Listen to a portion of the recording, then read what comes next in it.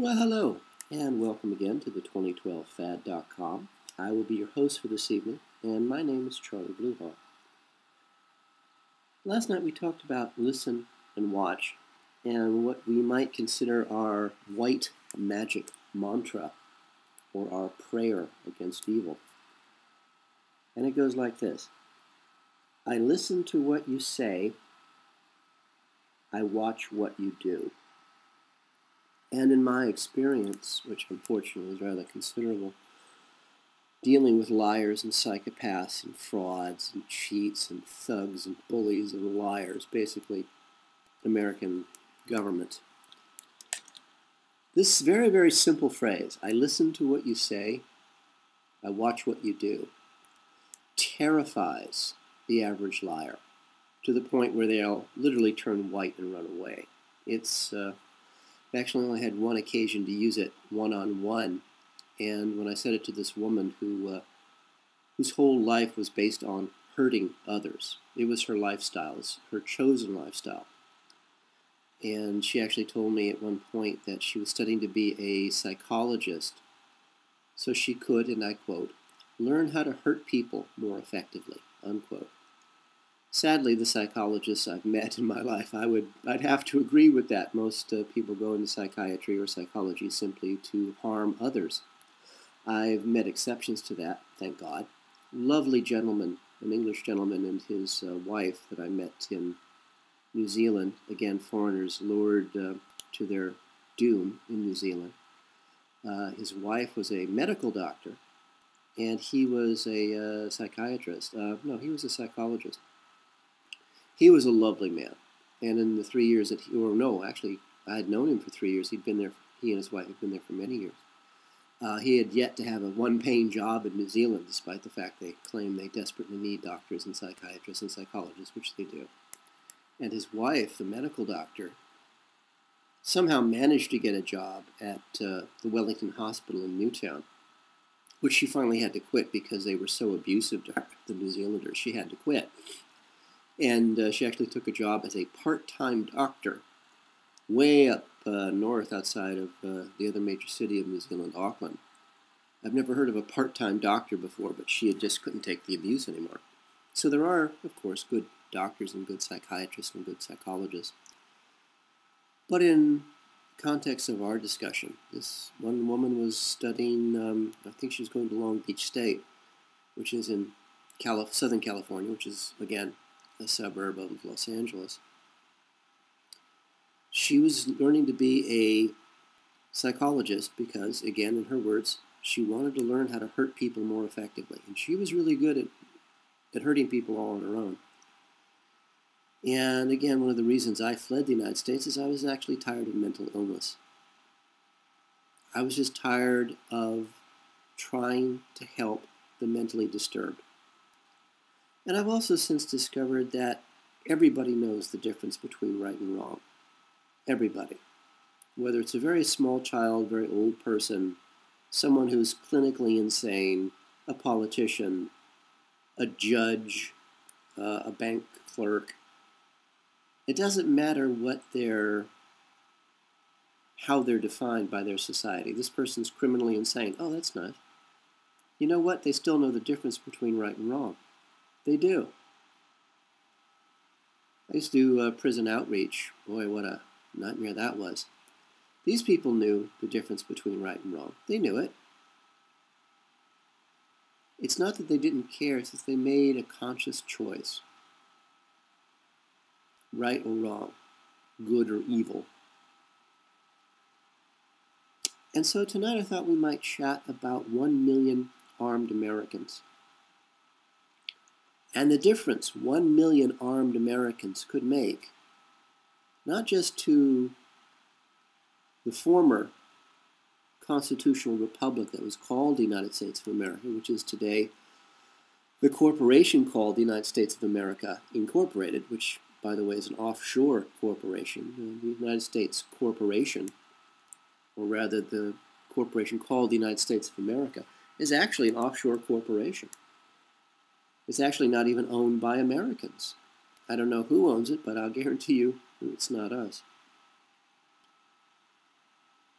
What could 1 million armed Americans, and I'm not talking about terrorists, I'm not talking about criminals, I'm talking about Americans who under the Constitution of the United States have an obligation to protect themselves, their fellow Americans, their country, against all enemies, foreign and domestic. What could 1 million armed Americans, armed under the Constitution? The Constitution says that American citizens have the right to bear arms, to protect themselves. Actually, under the laws of our country, the police are not the primary protectors of the country. The American citizen is. The police are only there to back us up. And if we were still a constitutional republic, you would know that, I would know that.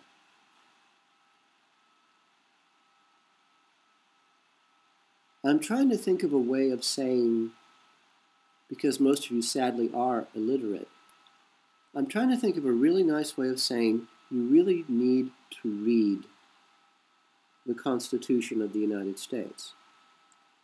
You really need to read the Articles of Confederation. What you really need to read is the Declaration of Independence. I tried on my previous TV show to read the Declaration of Independence on camera. It took me 2 weeks of practice before I could get through reading on camera the Declaration of Independence without crying. It's an amazing document. The most astonishing thing about the Declaration of Independence is what the United States was meant to be and what we've allowed it to become. And I just couldn't get the comparison out of my mind as I'm reading this rather remarkable document. I'm going to try to read it again on this show as soon as I get up, frankly, the courage. Because it's really, really, really hard to read this document, because this was the dream of what we were supposed to be. And it is so different from what you and I have allowed it to become. It's very hard.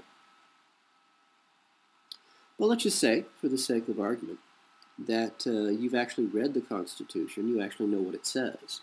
Oh, by the way, under American law today, reading the U.S. Constitution is a violation of the Patriot Act, which means that if you actually quote the Constitution to, say, a policeman, you're considered a terrorist. Now, I want you to stop and think about that for just a moment. Theoretically, you live in a constitutional republic, representative government.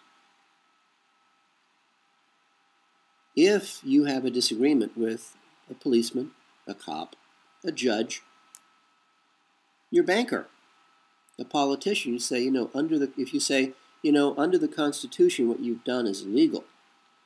Under the laws today, you are considered a terrorist. You can go to jail. You can go to prison for quoting the United States Constitution to a cop, to a judge, to a lawyer, to a politician.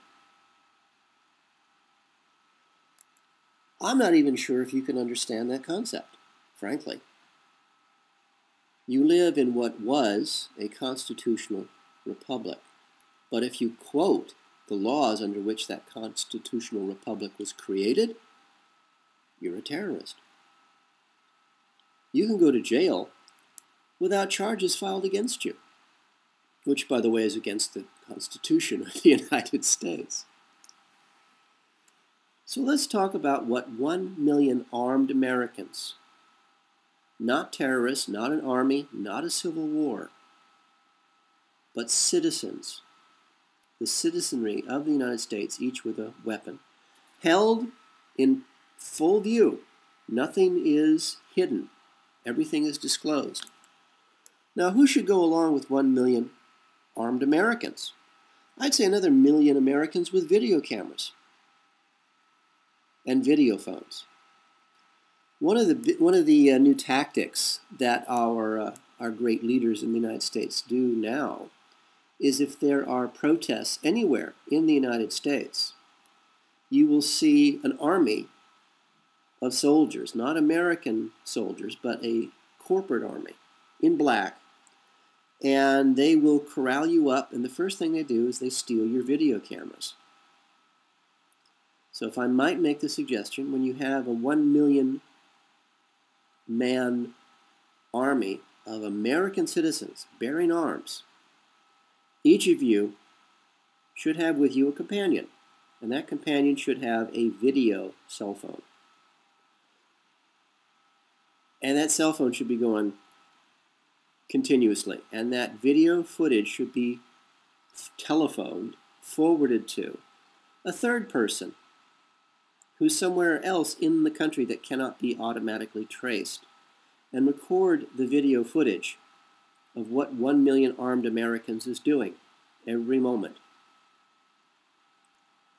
My suggestion would be, and you have this right under the Constitution of the United States of America, the country, a constitutional republic, you have the right to bear arms.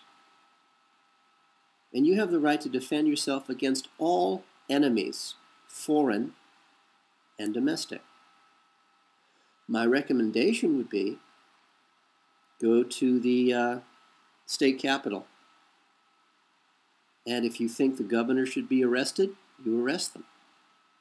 If you think the Senate of the state that you live in is committing crimes, you should arrest them. A citizen's arrest, again, under the Constitution of the United States, the federal republic, you have that right as an American citizen. Arrest them, put them in jail. Start looking at their bank accounts. Why do these people have hundreds of millions of dollars on their supposed government salaries? Guess what? They stole that money from the American people. Take it back. Hire accountants with that money.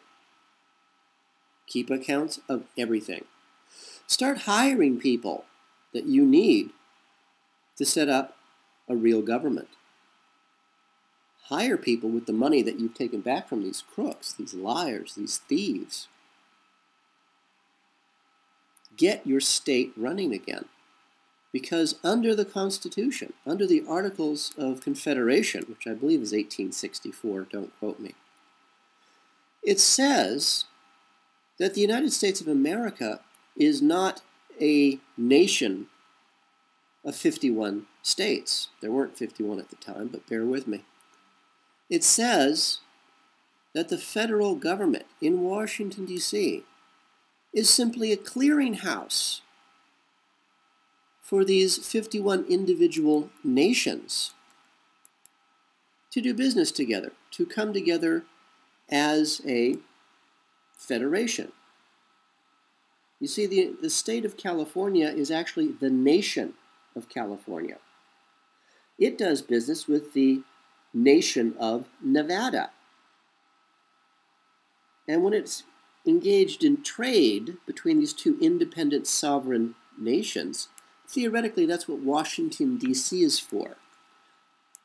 To regulate a common currency, which is how they snuck in the Federal Reserve Bank, which is a privately owned offshore corporation. This is all business. It's all business.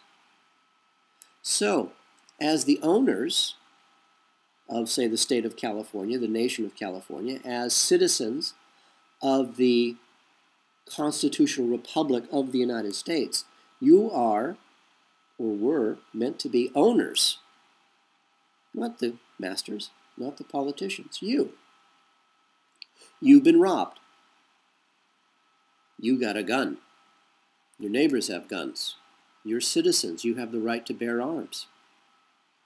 You have the right to take back what has been stolen from you. Go to the state capitol. Citizens arrest, put them in jail, get your money back. Take that money that was stolen from you and start hiring your fellow Americans. Get the business of your state, of your nation. Excuse me. Get your state, your nation, your business. Your business is the state of California. Your business is the nation of California. Take it back. And once you have regained control of your own business, the state of California, the nation of California, the state of Nevada, the nation of Nevada, then it's time to look at the federal government in Washington, D.C., which you will discover with very little effort that the state of Washington, D.C. is also a privately owned offshore corporation.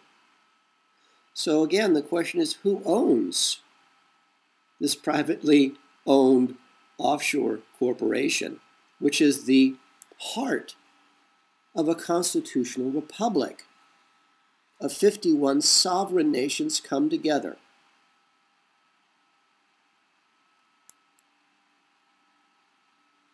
Just some questions you might want to ask. Just some things you might want to know. So, 1 million armed Americans with the constitutional right to bear arms, for the constitutional mandate to protect themselves, their neighbors, their country, from all enemies, foreign and domestic. Each of them with a friend who has a video phone. Each of those people has a friend that they're sending the videos to and archiving them. Because yes, our masters want a civil war. They want the cattle to stampede. You and I chatted about that before, the difference between walking away and running away. Walking away is a deliberate, conscious decision that you make as a man, as you make as a woman. Running away is what a frightened animal does, which then gives the hunter the right to shoot it in the back. Which are you? Are you a thinking human being, or are you a frightened animal? It's up to you. An ancient Celtic blessing, an ancient wish or a dream, a hope for a friend or a beloved stranger. May you live as long as you wish. May you love as long as you live. For the 2012fad.com, this is Charlie Bluehawk.